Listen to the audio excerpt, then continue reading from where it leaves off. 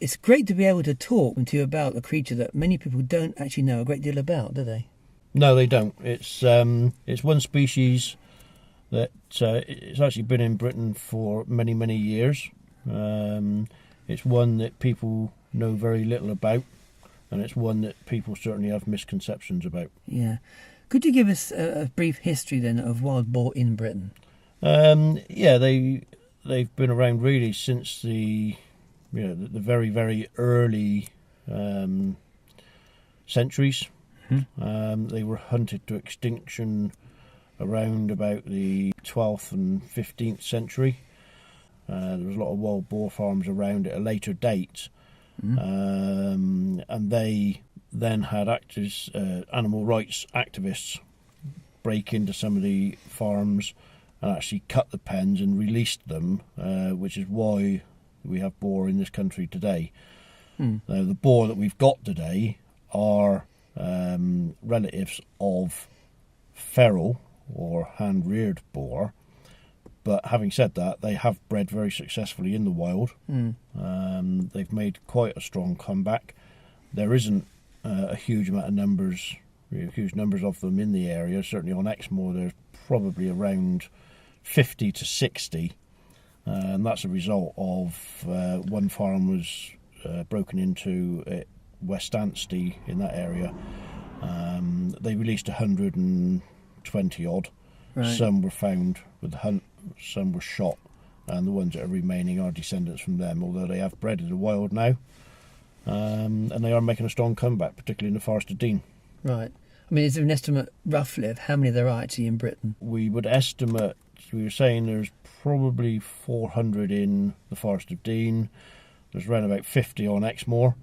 So I would think probably in the whole of the country, in the whole of the UK, including Scotland, there's probably less than 1,000. Right. So are they monitored? We are the only trust that do any monitoring on this animal. The Forestry Commission tend to do it when they're moving forward for a cull, an annual cull. But yes, we monitor them as best we possibly can to get obviously an accurate number of the numbers. Yeah. And what's involved in monitoring wild boar?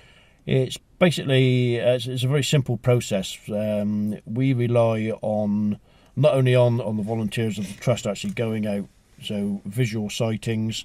We also take into account and record road casualties, poaching, i.e. when we find a boar that's been poached. So there's obviously ways to tell that it's been poached. Very often they will shoot it and take it for the meat, so you don't find the carcass. Right. But there are signs that are left behind even by doing that. So that's something that we can accurately monitor and specifically say, well, yes, that's been poached.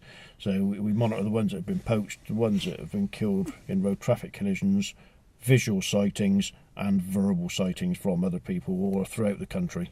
Is poaching a big problem then, is it, a wild boar? Yes. Certainly in the Forest of Dean, we would estimate that we lose probably between 100 and 150 every year to poachers. That's a lot, isn't it? It is, considering, say, the trust estimate that there would be approximately 400 boar in the Forest of Dean. And obviously, if you're losing 150 every year just to poaching, that's without the natural death, road casualties, and the ones that the Forestry Commission cull. Yes, it's a big impact on the numbers. Yeah, it is, isn't it? Could you give us, David, a typical year in the life of a wild boar? Yeah, I mean, obviously, they're born. The piglets are born around about April, end of March, April, May time. Yeah. They're dependent on their mother for several months. They tend to have, a reasonable territory range. Can be anything sort of 15 miles in some cases. Right.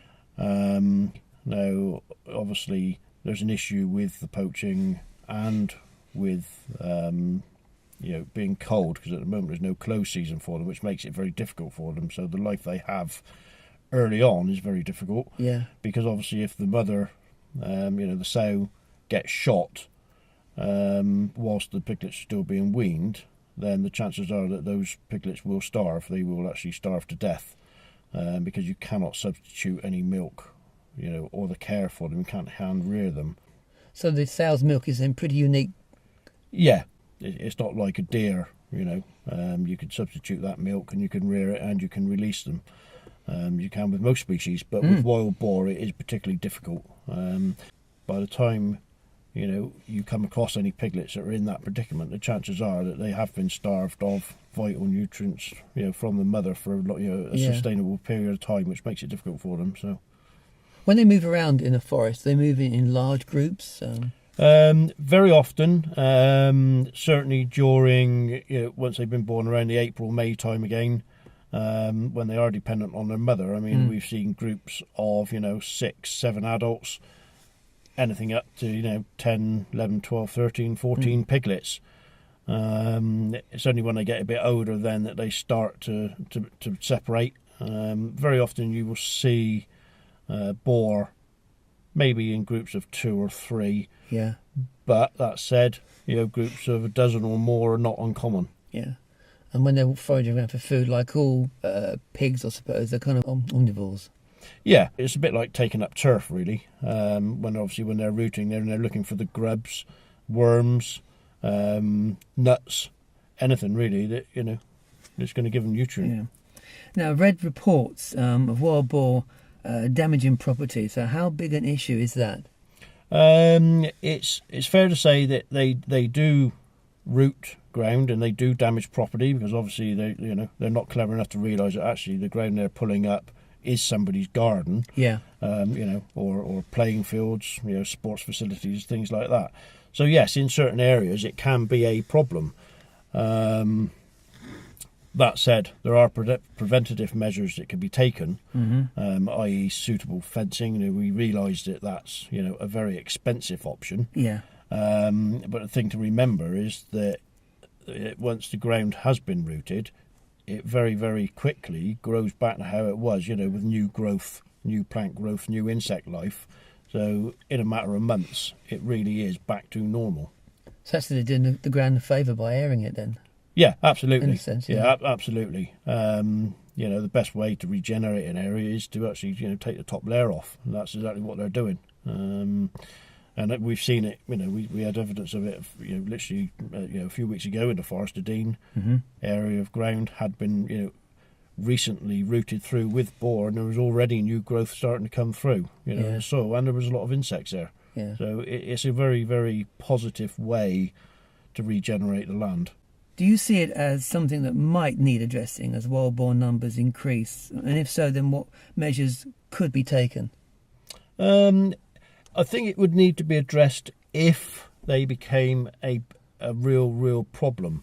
At the moment, we haven't got the numbers in the Forest of Dean or anywhere in the UK. And I keep saying the Forest of Dean because that's where we have the biggest concentration of wild boar.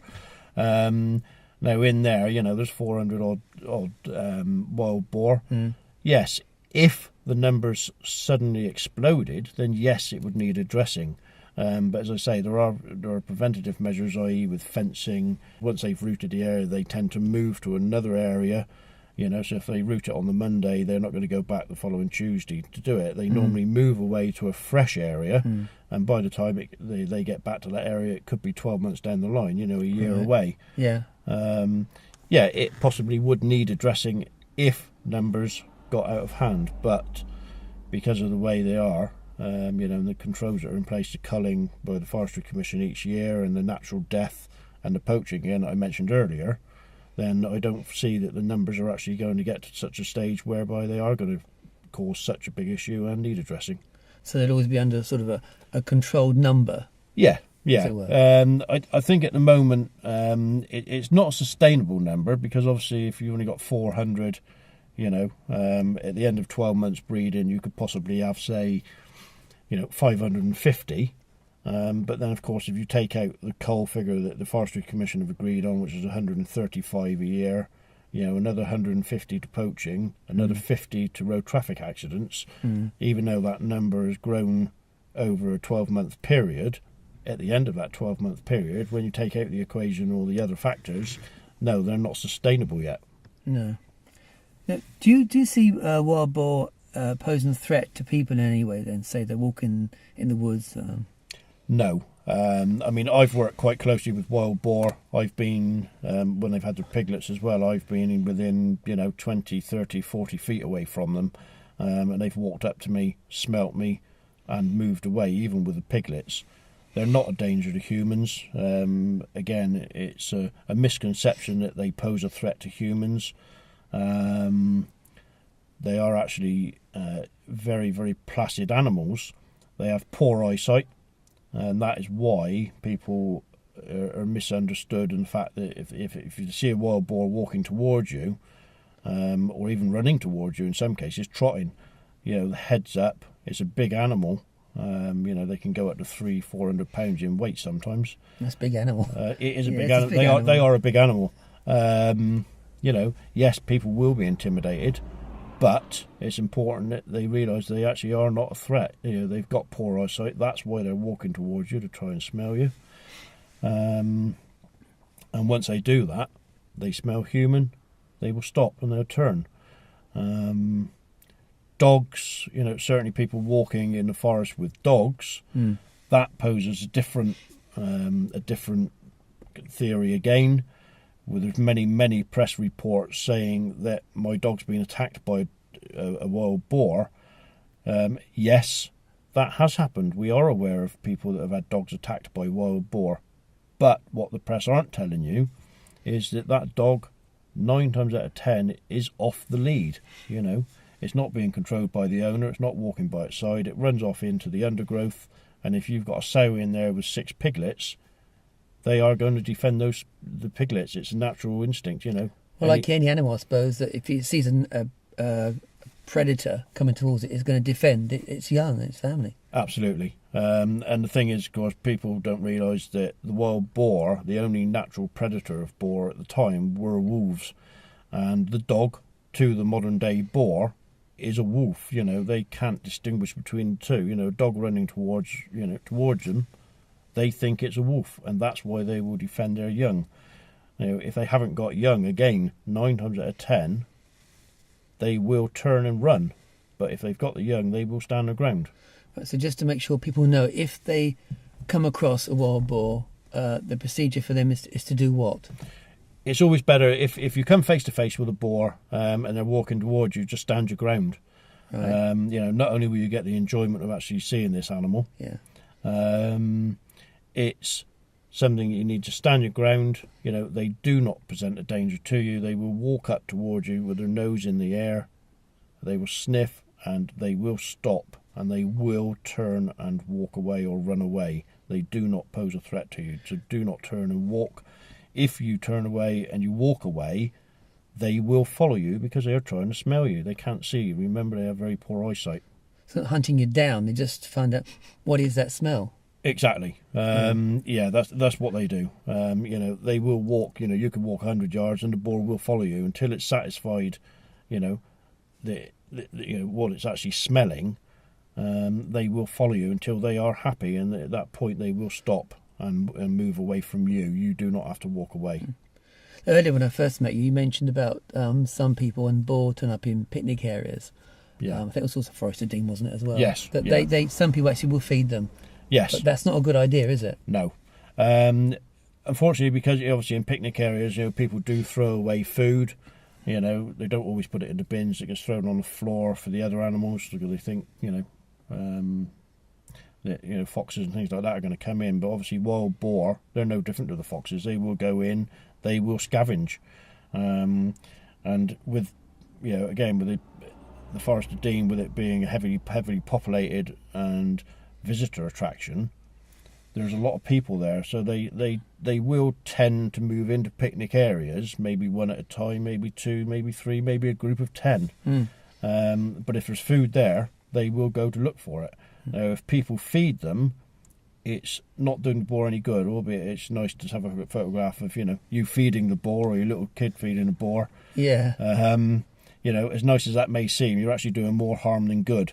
And the reason for that is twofold. One, because it makes it easier for poachers to approach the boar. Yeah. It really is. They will go to the picnic areas, sit in their car, throw some food out, the boar will turn up, they shoot it, and away they go. Sitting target, isn't it? Yeah, it's a sitting target.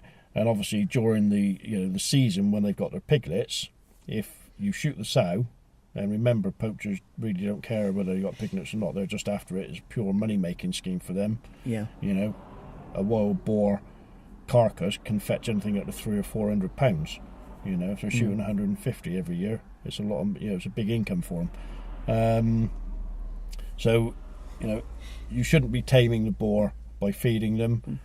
And the other reason is, we don't want those boar to become dependent on human feeding. Well, no. So if you at the Forest of Dean, you see a wild boar, if you really love them, don't feed them. Absolutely. Totally recommend not to feed them. We do put posters up and we hand out leaflets, particularly in the busiest times for visitors visiting the Forest of Dean. And the same on Exmoor, wherever you see a boar, the advice is do not feed it. And as you said before, it's a wild animal. Yeah. It's not a tame farm pig, is it? Of course it's not. It's, they are wild animals. You have to remember that it's a wild animal. And although I've already said that they don't pose any threat to you, if they suddenly flick their head and the tusks catch you, it will hurt. Yeah, they are big animals. So please do not feed these boar. It's very, very important for the welfare of the boar. You mentioned earlier in the woods that they go foraging for roots and all sorts. I mean, how strong is their snout for doing this? Very strong. It's a solid bone. The example of pig fencing and stuff like that, they can put their snout on that and literally just flick their head and they will pull that out of the ground. They're extremely strong. This is why I mentioned earlier that the fencing of them is very, very expensive, because it has to be a certain height, it has to be a certain gauge, it has to be buried into the ground, and it's all time consuming, which makes it very, very expensive. Yeah. Now, in medieval England, there were less people and more woodland for the boar to roam in. So now, of course, the reverse is true. There's more people and less woodland. So do you think there's still a place for wild boar in the British countryside? Absolutely. I think to have wild boar as a species living in the UK or in any countryside is vital. They're a very, very important part of the ecological system. For reasons that I mentioned earlier, the habitat. A lot of habitats now are disappearing. They root the ground. There's a big thing at the moment with bumblebees. They're saying they're endangered. Insects of various descriptions, they're endangered. Everything's disappearing. We need wild boar. They do a lot of good. They root the ground. They encourage new growth of new shoots, new plants, new grasses, and in turn that then encourages the insects and the bumblebees to move into another area that may not previously have had them. Yeah. So they do nothing but good. We need them. They're very, very important to our ecological system. Do you see them expanding to other counties in the future? Yeah. We've got them, as I say, we've got them in Devon now. They're in North Devon, they're in South Devon, they're in Cornwall. There's been sightings in Suffolk. There's the biggest population in the Forest of Dean, and from the Forest of Dean they've spread out slightly to Wales. They've gone north, and they've gone east. So we've got them in Somerset as well.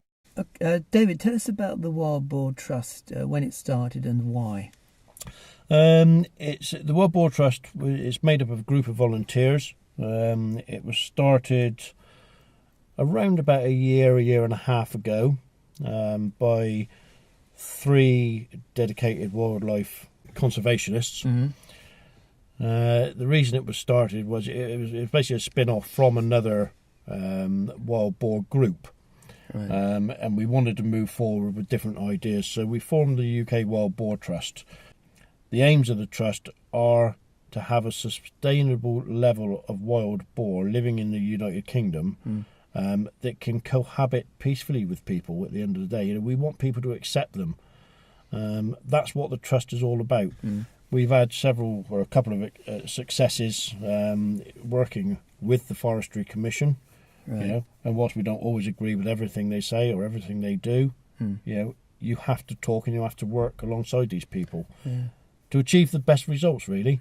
And by doing that already, the Wild Boar Trust has agreed a lower cull figure for this year in the Forest of Dean. They've reduced it from 250 to 135, which is a big success for us and for the wild boar. And they've agreed to implement a 3-year closed season whilst culling. Now, that is a huge, huge step forward for the wild boar. And that's why the Trust are there, to ensure that we can reach a sustainable level and to ensure the welfare of the boar are met. What other activities do the Wild Boar Trust get involved in? We attempt to do a lot of fundraising because obviously everything costs money. We're all volunteers. We do walks, wildlife walks, maybe 2 or 3 times a year, usually with one of our patrons if they are available. We had a very successful one just recently with Yolo Williams, splendid guy, absolutely cracking, good day out. So we get income from that. We go out and we attend wildlife fairs. We do wildlife talks, as I mentioned, wildlife walks. So really any activity that will raise the profile of this animal. How many members do you have? We're actually in the actual Wild Boar Trust. There is a committee of 5 or 6 people. Each has a specific job that they do. So actually 5 or 6, half a dozen, slightly more on the actual committee side of it. But the following of the UK Wild Boar Trust is huge. We have a website, www.ukwildboartrust.org, and that's already hit, I think there's something like 26,000 people have looked at this, and they follow it. And the same with the Facebook page again. There's over almost 2,500 people now that follow that page. So it's a mysterious animal. People are not used to seeing it, and that's why we're raising the awareness. Needs to be done. Without a doubt. If we don't raise the awareness of it, it's going to become extinct again, and we cannot afford to let that happen. No. So if anyone listening wants to support then the Wild Boar Trust, how do they go about doing that? They can go onto the website. There's contacts on there, email contacts. Because one thing we are keen on doing at the moment is we've just started up a satellite branch idea, whereby we're getting people calling in or emailing, and they can actually take part. And it's simple stuff. Purely, a satellite branch would involve finding out if there's wild boar in their area. So let's take, Sussex, for example. So if somebody from Sussex wanted to be involved, simply give us an email. I will contact them. We'll arrange, some leaflets and some posters to be sent to them. But it's really ears and eyes open and out on the ground in different areas, talking to landowners, going into local woodlands. Most people like going to woodland for a walk. In there, if they meet people, look for tracks, and we can show them what to look for. Really, eyes, ears on the ground in different areas, so that we can get an accurate number and accurate account of which counties these animals are spreading to. So as many volunteers as you can get, really. In the grander scheme of things, yes, the more volunteers we have, even if we have somebody in that area already, the more you have, the more information you're going to get. I look after Exmoor, sort of North Devon, and it's a huge area. There's a couple of us that do that, but it's still a big area, so the more people we have, the better. Well, David Webb, thank you very much for your time. My pleasure. Thank you for asking me.